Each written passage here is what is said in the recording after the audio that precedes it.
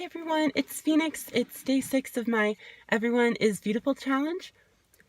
Today's video you might like if you ever feel held back socially because of gender in any way, and also if you ever have trouble letting yourself be seen by others. Once again, I went to the Prescott downtown square and I had fun. I saw a raven, I heard a raven, and then I was like, oh, where are you in the trees? Oh, there you are. I really love ravens, so that was the highlight. But one thing that came up is about gender.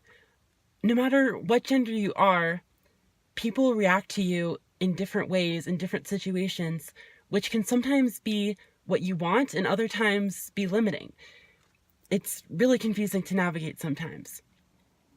For me, being someone who's read as female most of the time, when I'm just walking around and being open to connecting with different people, just anyone I'm open to connect with, sometimes I feel awkward about talking to men, especially older men, because it just seems like it's not normal for a younger woman to talk to an older man, or even a man in general, just because there's just like fear about how I'm perceived. Like, they'll assume I'm a prostitute, or not literally, but that I'm just like flirting, or and then if I talk to a woman, it seems more normal, but at the same time, I'm transgender. So what if they see that and then they think I'm like a creepy pervert, So I have all these thoughts swimming in my head. And so I just hope someone watches this who feels the same way sometimes, because I know whether you're a man or a woman, cisgender, transgender, it doesn't matter. Just there's so many weird dynamics with gender sometimes that I know I'll get more peace and clarity as I continue, but it's like difficult sometimes. Like, you just want to be seen as a person. You still want to have your gender. Gender is a part of my life. I want to be seen for my gender, of course, but I also don't want that to mean things that are going to be interpreted in a negative way, or that would limit me from just connecting with another person as a person, not a woman, not a man, not a young or old person, just another soul. So I've been thinking about that and what are strategies to navigate it. I don't know yet, but I'll find out. But I did figure out one strategy today that I kind of like. Sometimes when I see a man and a woman who appear to be a couple holding hands or just walking together, I would kind of smile at both of them, and then I would feel kind of weird about it. Today I tried just smiling at the woman and completely ignoring the man. And that seems to feel better to me, because then, there's no possible undertone of like, oh, I'm, smiling at the man and, making her jealous or something like that. So yeah, I think from now on I might just use that strategy. I feel like that wouldn't do any harm. And like, I smiled at a woman today who was holding a man's hand, and it was a great smile. And then I looked back and they're holding hands, and I was like, oh, I love it when people hold hands. In other news, here's the part about being oneself and being seen. So I walked by a bench, and then a connection naturally emerged with someone sitting there who was a younger man. And I ended up wanting to leave the conversation after a little bit. At first it was interesting, but after a while he was just expressing certain views and just talking about different topics that I just didn't completely connect on, and I just felt like I was ready to go. And it was hard for me to find a way to leave while being pleasant. And how I eventually ended up leaving was kind of like a joke that I was able to tell about the place we were in. And I'm like, oh, speaking of the place, I'm going to walk around some more. And he asked if we could get coffee sometime. And I was like, oh, no, that's okay. And I felt bad because I always hate rejecting anyone. Not that you couldn't look at it a different way. Like, I'm not rejecting them as a person. I'm just saying no to a suggestion. But what I realized is I had to reject him because I didn't give him a chance to reject me. It was very interesting. When he asked my name, I ended up playing a guessing game, which I thought I was doing just for fun. Like, oh, I love guessing games. I'll give you a clue. It's a city in Arizona. And it took him a long time to guess it, which was really fun for me. It was really fun. And I had to guess his name too. So it was cool. It was a fun game. But I realized that on some level, I was doing that because I was being evasive and allowing this superficial detail like my name to be a big deal. Maybe to avoid actually sharing who I really am. And so when I got back to my car, I was thinking about it a lot and thinking about how can I feel more capable of just being transparent with people who I meet, wherever. Not that I have to be, but I want to be.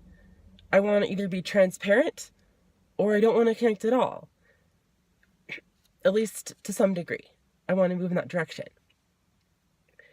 At first I was thinking, what if I had a custom-made t-shirt that was like character stats for a video game and it had all my personal stats and anyone could just read about me on my shirt. That was my first idea. But what I realized is there's really only a few key elements about myself that I would be tempted to hide. 1, being a trans woman.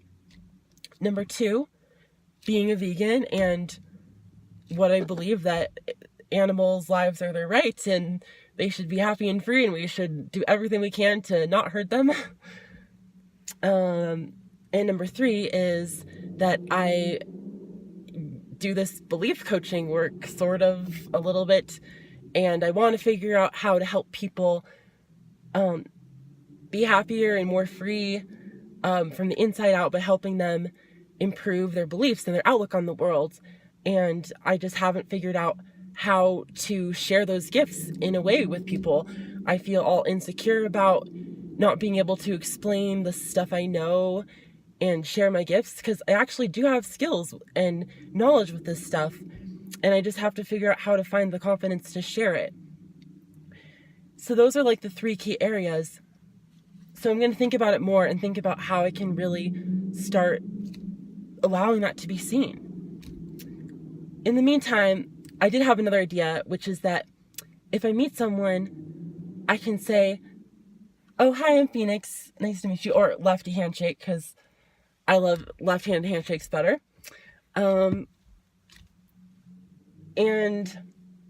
I could be like, tell me about yourself. And then listen to them talk about themselves. And then I could say something complimentary. Like, oh, you sound like such a wonderful person. And maybe I would point out some of their strengths or point out some things about them that I really like. And then I would say, let me tell you a little about myself. And then I could have kind of a rehearsed blurb about who I am. And rehearsed doesn't mean inauthentic because this is the truth. The only reason I want to rehearse it is because in the moment I'm tempted to be evasive and to not talk about myself because I'm afraid. But if I have the words already prepared, then it's easier to let those facts be known. So just as an experiment, I'm going to try it right now. I don't know. I started kind of thinking about it, but I don't have it written out yet. But I'm just going to try telling you about myself, try to make it short, try to make it accurate about who I really am. Hi, I'm Phoenix Seaver. I feel my purpose in life is to help create a world where, as much as possible, everyone can be happy, everyone can be free. And the main ways I want to help with that are by helping people live with greater compassion towards non-human animals, and by helping people learn different skills and strategies for creating their own lives to be joyful and fun. and full of love. I am a transgender woman and a vegan. I grew up here in Prescott, Arizona, and I had a hard time figuring out how to be myself when I didn't know how to be understood or feel good with others. So I spent my life playing games online and writing and never sharing what I wrote. And fortunately, I eventually started to find more happiness and confidence. I spent a year interning and working in animal rights, and I was very happy to finally be participating in those effective efforts to massively improve life for lots of animals.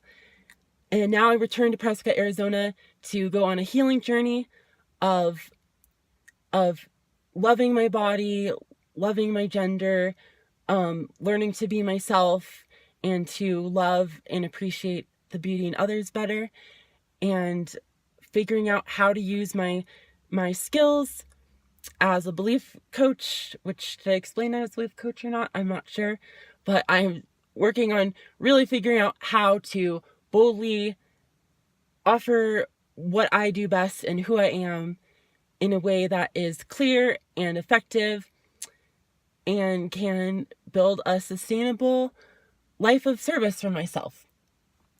Thank you. And I can't wait to hear more about you too. Thanks. Good night, everyone, or good morning, or whatever time it is. Bye.